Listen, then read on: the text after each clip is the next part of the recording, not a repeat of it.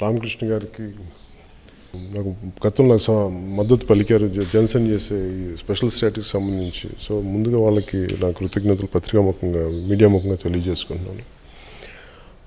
ముఖ్యంగా రాష్ట్ర ప్రయోజనాలు దెబ్బతింటున్నప్పుడు ఏ హామీలు అయితే ఇచ్చారో కేంద్ర ప్రభుత్వం కానీ తెలుగుదేశం ప్రభుత్వం కానీ వాటిని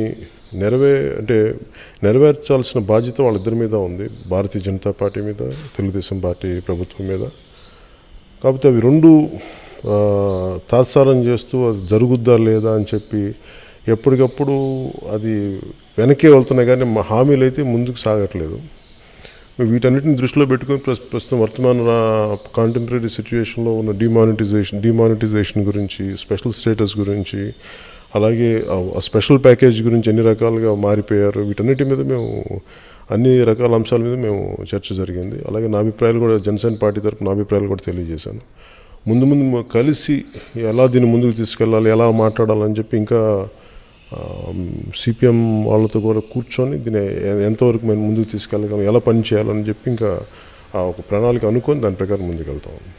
కాకపోతే ఇదంతా రాష్ట్ర ప్రయోజనాల కోసం, రాష్ట్ర ప్రజల శ్రేయస్సు కోసం కలిసి ఎలా ముందుకు తీసుకెళ్లాలని ఇంకా ఒక ఆలోచన విధానం సాగుతూ ఉంది. నీ స్నేహితుడు ఎవరో తెలిస్తే నీ క్యారెక్టర్ తెలుస్తుంది.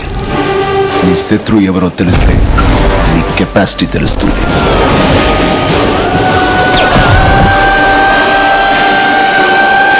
నా శత్రువుని సెలెక్ట్ చేసుకున్నాను.